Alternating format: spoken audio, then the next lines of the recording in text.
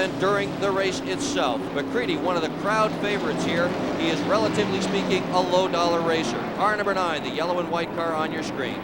There's Tom Wilson, the 113. He's had some smoke pouring out of his car. Looks like engine problems that could put him out of the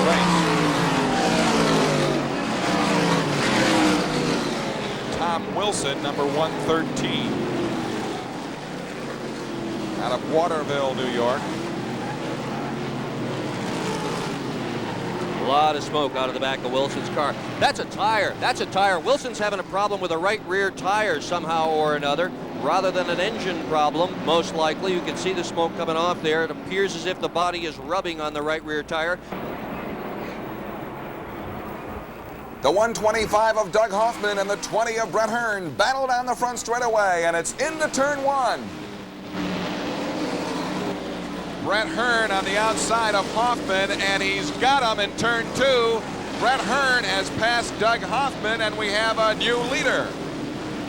Hearn very effectively using lap traffic now to make his pass. Boy, Hearn is being aggressive. Look at him pile through there.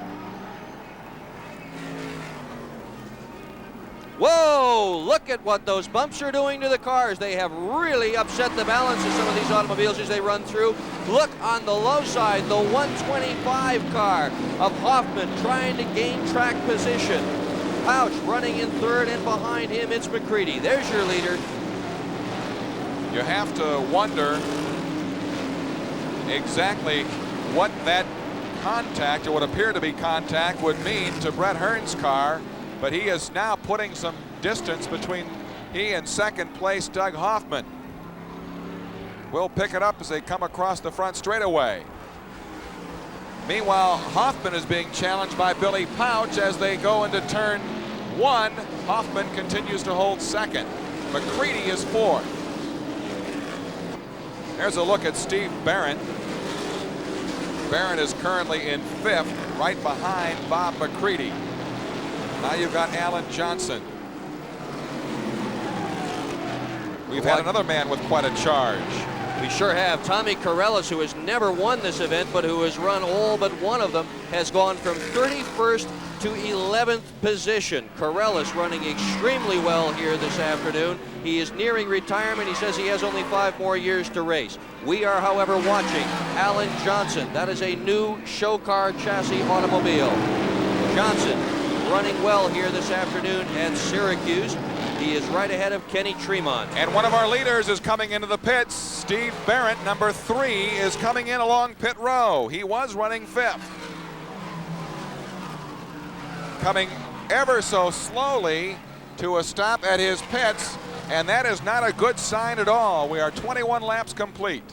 No, it really isn't. It's a shame. It would have been nice to see what this car could do in a long race. It's one of the most unique cars in the field. It uses a live rear axle, which means the whole axle turns rather than an axle inside a housing. It's got a very different springing system. He is also the first driver to win with the more modern bodies. But you can see the disappointment by the crew. One of them just threw his hands up in the air. It does not look good. That's the sign. They are unhappy. It is all over for young Steve Barrett. Already a problem for our race leaders. Traffic on the race course. Brett Hearn continues to lead. He has a car directly ahead of him. It looks like the 113 of Tom Wilson, who had smoke coming off his tires rubbing up against the Nerf bar, has that corrected after a brief pit stop, and Hearn has the lead. In second place once again, we can tell you it's Doug Hoffman, but the battle for third is raging between Billy Pouch and Bob McCready. There's your front 4 now coming off the 4th corner, going down the home straightaway.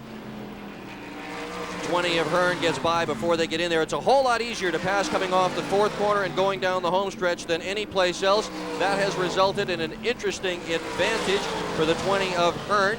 We watch Pouch right now and McCready trying to gain advantage on the racetrack as well. Anytime you can pass coming off the 4th corner, you've done the right thing here at Syracuse. It's the place with the most room. Oh, we got an accident. Trouble. Oh, whoa. Hard hit coming off the 4th corner, and cars still piling into the damage. Bob McCready has just dodged a bouncing tire. He comes through okay. Some of the cars involved Number 86, that's Elvin Felty. Meanwhile, Doug Hoffman has taken the lead.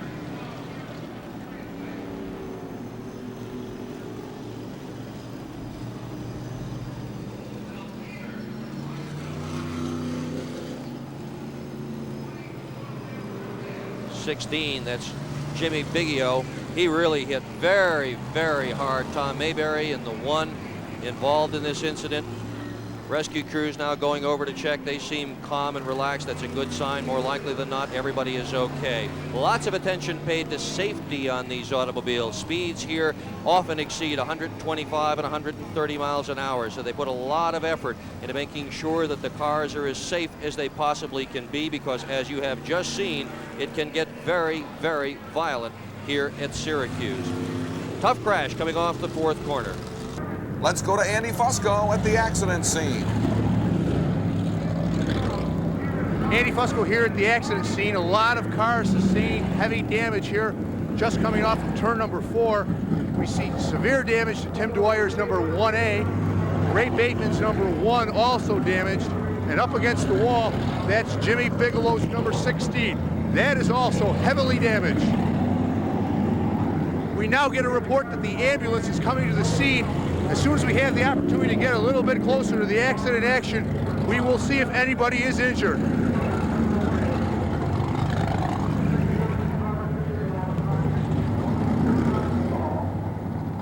Let's take a look now and see exactly what happened. Here it is. It's already started now coming off the fourth corner. Two cars into each other. Here's the third one going into Biggio. Boom, under the bottom. Car spinning wildly through the air. That's Biggio on your left. He makes contact with the wall again, and you can see cars just collecting other cars coming off the fourth corner. At this instant, the track is completely blocked. There goes the tire flying through the air, and that is about where it stopped. Look at the good job of driving. Some of the drivers in the back executed to avoid that incident and keep their cars out of it. McCready in particular, beautiful job of sliding through there by McCready. He didn't touch anybody. Andy has more information from trackside. We're here with Timmy Dwyer. Timmy, what happened? I'm not really sure. Something broke on my left rear of my car, and I started going to spinny that, or somebody hit me. I'm really not sure at this moment. I got to look at the car. Okay, now let's go over to Jimmy Bigelow's car. Jimmy's still in the automobile. They're going to have to remove the roof. He is conscious. He is moving. He seems to be in some bit of distress. The track crew here taking... Get back with that camera. The track crew here taking the roof off of Bigelow's number 19. You can see the car sustained heavy damage around the firewall. The emergency crew right on the scene working diligently. As I said, Bigelow conscious, moving, but obviously in some distress here. The Porta Pack and the Jaws of Life are both being fired up here at the scene. The Dirt Ambulance crew, probably the best in all of racing. Tremendous emergency crew. Bigelow shaking his head yes to one of the medical assistants. We would take that to mean that he feels that he can feel his extremities. I think that was the question that was asked of him. Bigelow still sitting in the car. You can see he's grimacing. He is in a fair degree of discomfort, but he is conscious. He is moving.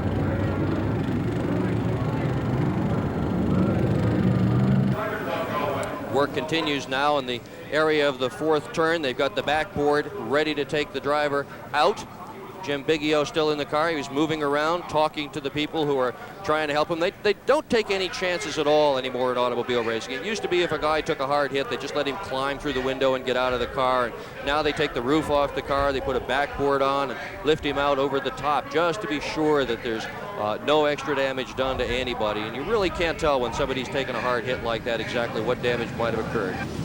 Andy Fusco is with Jimmy Bigelow's car. They did not have to use the Jaws of Life on Bigelow's car. The opening of the top of the roll cage was great enough to be able to remove him without cutting the roll cage. They have used the bodyboard as a precaution, and now he is being placed into the ambulance. We are through 26 laps, and a number of the laps thus far have been under yellow. 10 in all. The green flag is out and the race resumes. Boy, what a start Brett Hurd got on that. You can see some dust forming. It's remarkable there's any dust at all given the amount of rain we've had at Syracuse. but there it is indeed. Hearn leads, Hoffman second, and Barefoot Bob McCready is in third position. Billy Pauch fourth. You're looking at the race leader, Brett Hearn, as he comes out of turn 4 and onto the front straightaway here at the New York State Fairgrounds. Hearn is something of a house driver for a car that they call the Olsen Eagle. Here's another Olsen Eagle, and if there is a second house driver, it is Hoffman. We have Olsen Eagles in first position and in second position. In third position, McCready is driving a Kneisel, the most popular car in today's field, the Olsen Eagle. The guy who builds them, Bud Olsen, used to be a very fine driver himself, retired, started building race cars, and at least at this very moment, he is doing extremely well with his cars in first and in second positions. There's McCready now in car number 9. They call him Barefoot Bob. He doesn't race without his shoes on at this point, but when he very first started driving race cars, he had one that had a cockpit that was so tight, he did have to drive it without his shoes. He had to take them off so he could handle the pedals, and he sort of picked up the name Barefoot Bob McCready and stuck with him ever since. McCready running right now very, very well in third position. Car number 9 at Kneisel. Further back in the pack, Lou Blaney, who started 22nd, is now up to the number 8 slot. Blaney, a very strong runner. He's had a second position finish here at Syracuse, but right now we're keeping an eye on Brett Hearn. There has been so much talk here during the week leading up to this race about the new Pontiac cylinder heads, a big aluminum cylinder head originally developed for drag racing that is now on several of the cars. There right now is Jimmy Horton, that one wonders how come these Pontiac cylinder heads are not right at the front right now. We're watching Horton. He does not have those new cylinder heads. Horton running well. Horton was in the pits early in this race, but he's flying right now on the race course. He goes by us in front of the grandstand and into turn 1. Dougie should be flying. He's got new rear tires on that car. There's only a couple of people that have them. He and Alan Johnson, among the real contenders this afternoon, have new back tires. Horton now trying to improve his position. Meanwhile, a solid interval of about 15 car lengths for Brett Hearn on Hoffman.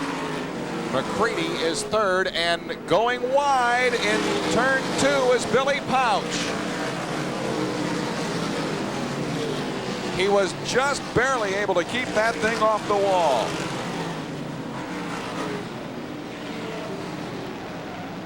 Hearn so far having things all his way this day. A little bit of smoke there showing out of Hoffman's car as he tries to negotiate through the bumps in turn 4.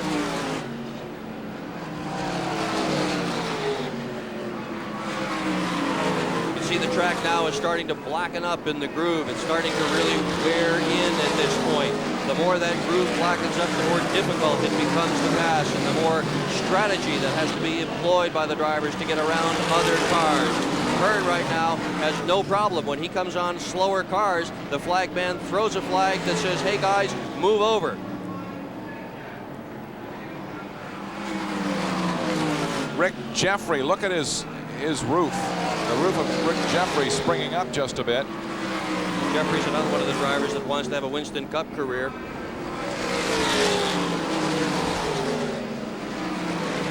Well, you see it. Jeffrey's best finish here so far is a 4th.